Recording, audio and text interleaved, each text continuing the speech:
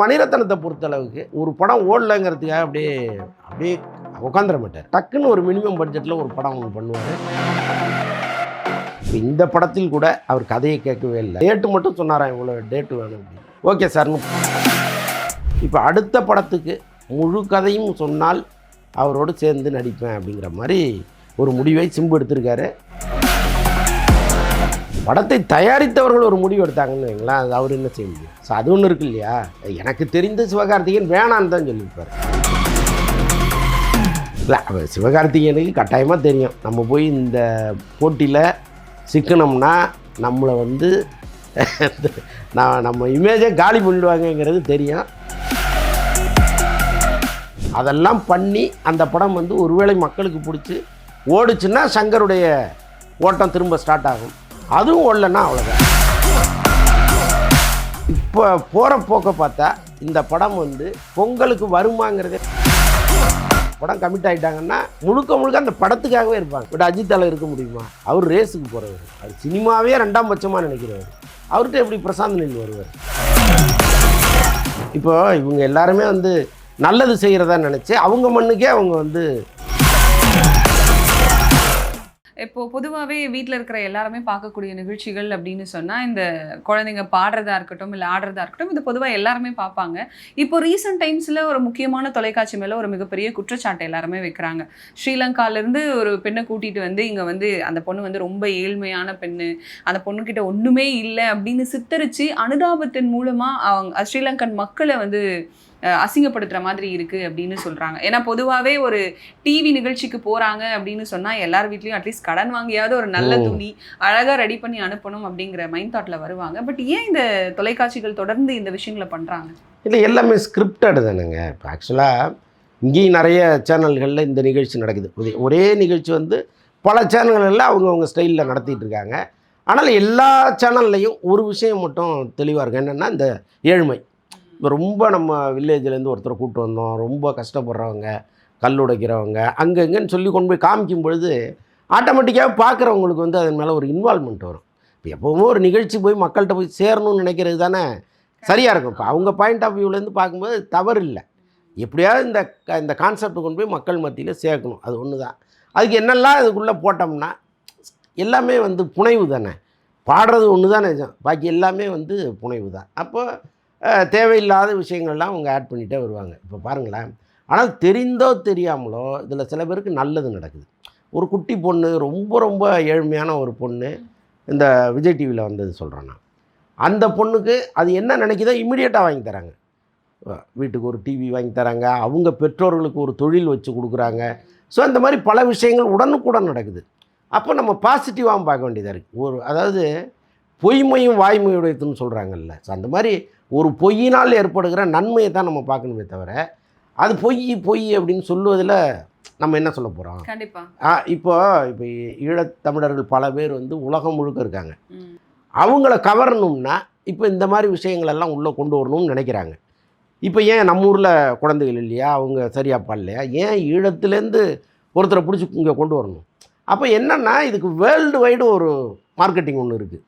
உலகம் முழுக்க ஈழத்தமிழர்கள் இந்த நிகழ்ச்சியை பார்க்க ஆரம்பிச்சிருவாங்க. அதுக்காக அங்கேருந்து கொண்டு வர்றது. அப்போ இவங்க கூடவே இன்னும் கொஞ்சம் ஸ்கிரிப்ட் எழுதுகிறாங்க. அவங்க ரொம்ப ஏழ்மையில் இருந்தாங்க, அப்படி இப்படின்னு எல்லாத்தையும் இந்த போர் சூழல்லேருந்து கொண்டு வராங்க. என்னென்னா அதில் ஒரு சிம்பத்தி. இப்போ யாரோ ஒருத்தர் வந்து கண்டுபிடிச்சி, இல்லை அவங்க அந்த சேனலில் வரும்போது நல்லா தானே ட்ரெஸ் பண்ணியிருந்தாங்க அப்படின்னு யாரோ ஒருத்தர் கண்டுபிடிச்சி ஃப்ளாஷ் பண்ணுறாங்க. இல்லாத வரைக்கும் அவங்க மேலே நமக்கு ஒரு பார்வை இருக்கும்ல. ஸோ அதைத்தான் இந்த சேனல் விரும்புது. ஆனாலும் ஏதோ ஒரு வகையில் இந்த குழந்தைகளுக்கு அது பயனுள்ளதாக இருக்குது, அவங்க குடும்பத்துக்கு பயனுள்ளதாக இருக்குது. நம்ம அப்படி தான் அதை பார்க்கணும். கண்டிப்பாக. இப்போ நீங்கள் சொன்ன மாதிரி ஏதோ ஒரு வகையில் அந்த குழந்தைங்களுக்கு பயனுள்ளதாக இருக்குன்னு சொன்னீங்க. ஆனால் நிறைய பேர் என்ன சொல்கிறாங்க அப்படின்னா, இப்போ அந்த பொண்ணு மேலேயும் ஒரு நெகட்டிவிட்டி ஸ்ப்ரெட் ஆகிறதுக்கான சான்சஸ் இருக்குல்ல சார்.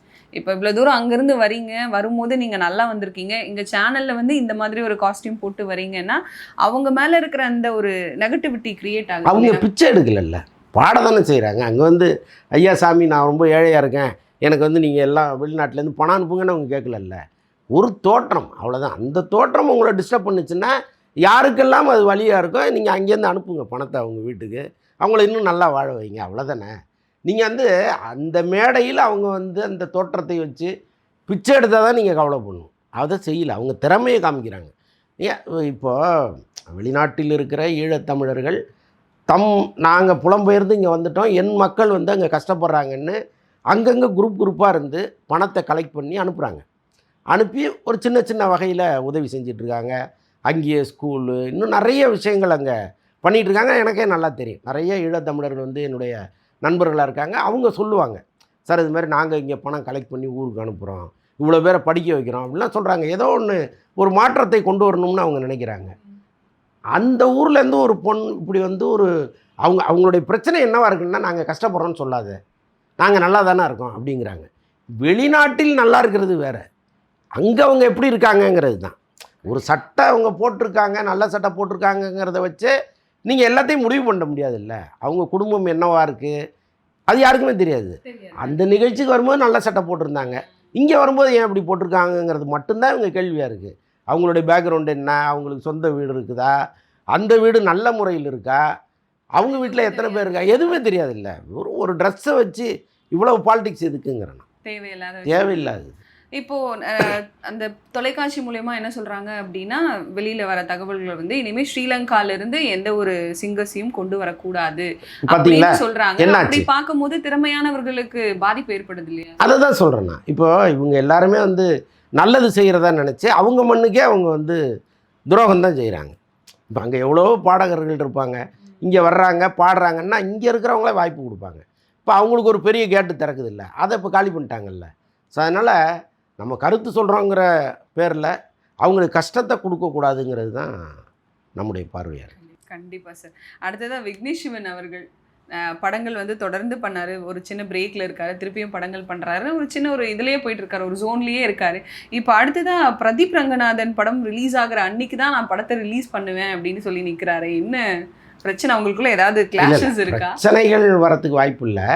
இந்த எல்லைக்கை வந்து ரொம்ப காலமாக எடுத்துகிட்டு இருக்காங்க. ஆக்சுவலாக அந்த தயாரிப்பாளரே நடுவில் வந்து ஒரு முறை சண்டை போட்டு, ஏன்பா எவ்வளோ நாளாக இந்த படத்தை எடுத்துகிட்டு இருக்கீங்க, சீக்கிரம் முடிங்க அப்படின்னு சொல்லி அவரு ஒரு பக்கம் ப்ரெஷர் கொடுத்துட்ருக்காரு.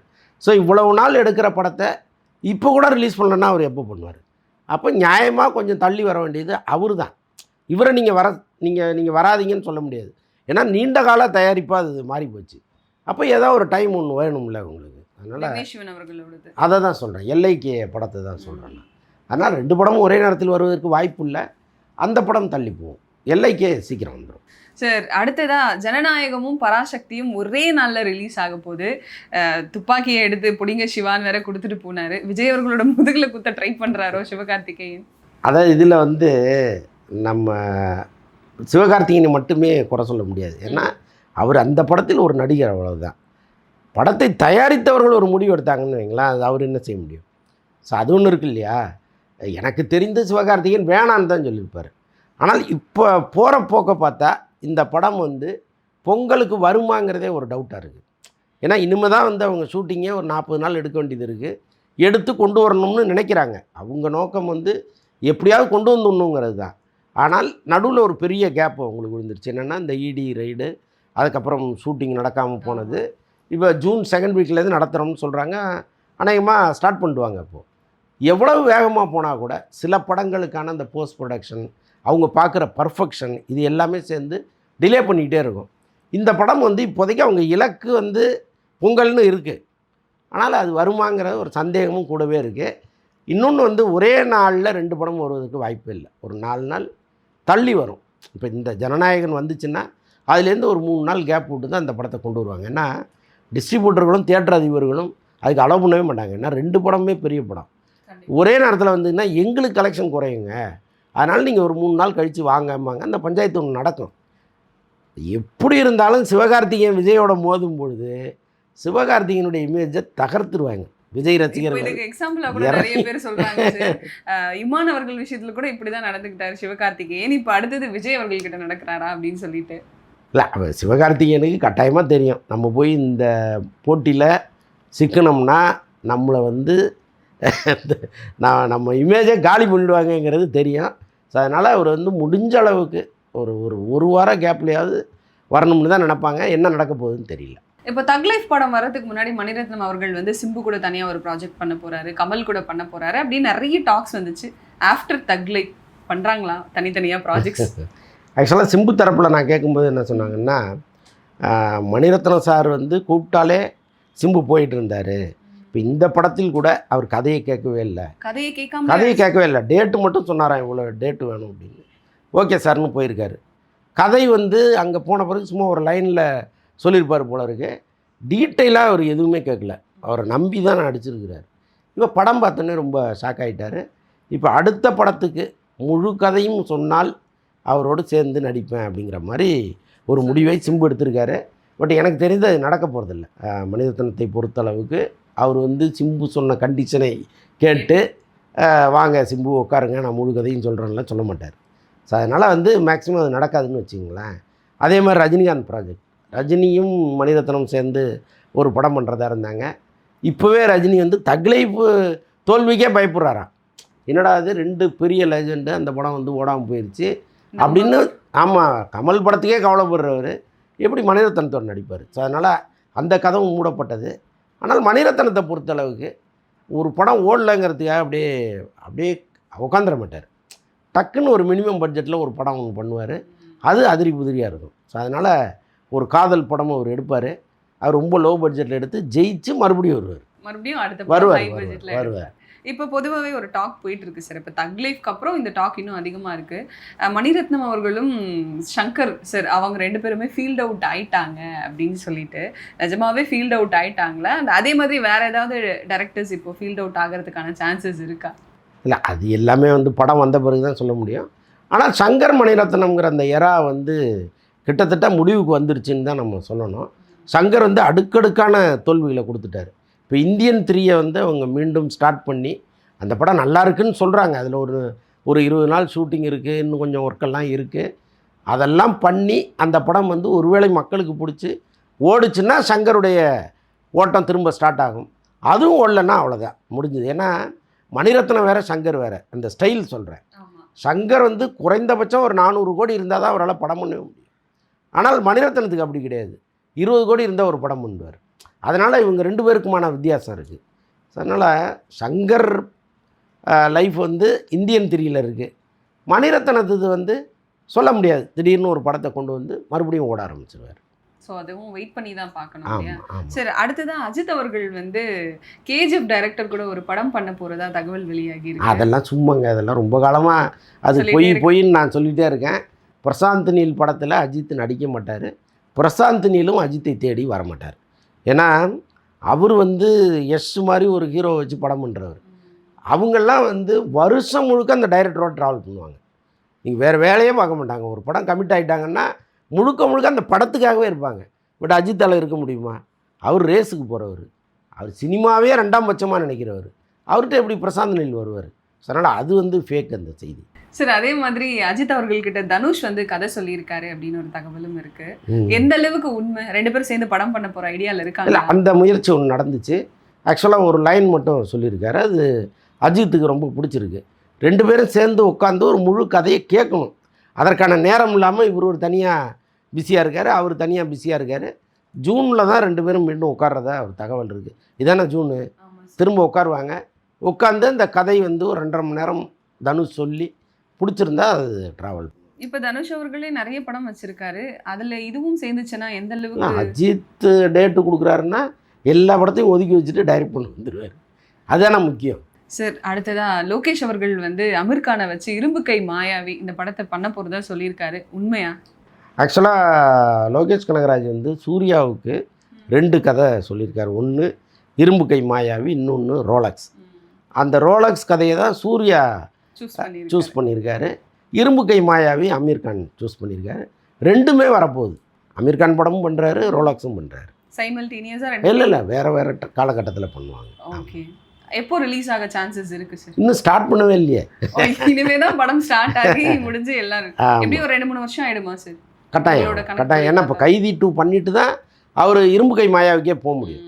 ஸோ அதனால் கட்டாயமாக நீங்கள் சொன்ன மாதிரி 3 வருஷம் கூட ஆகலாம். கண்டிப்பாக. தேங்க்யூ ஸோ மச் சார், இவ்வளோ நேரம் பொறுமையாக என்னோட கேள்விகளுக்கு பதில் சொன்னீங்க. நன்றி சார். நன்றி.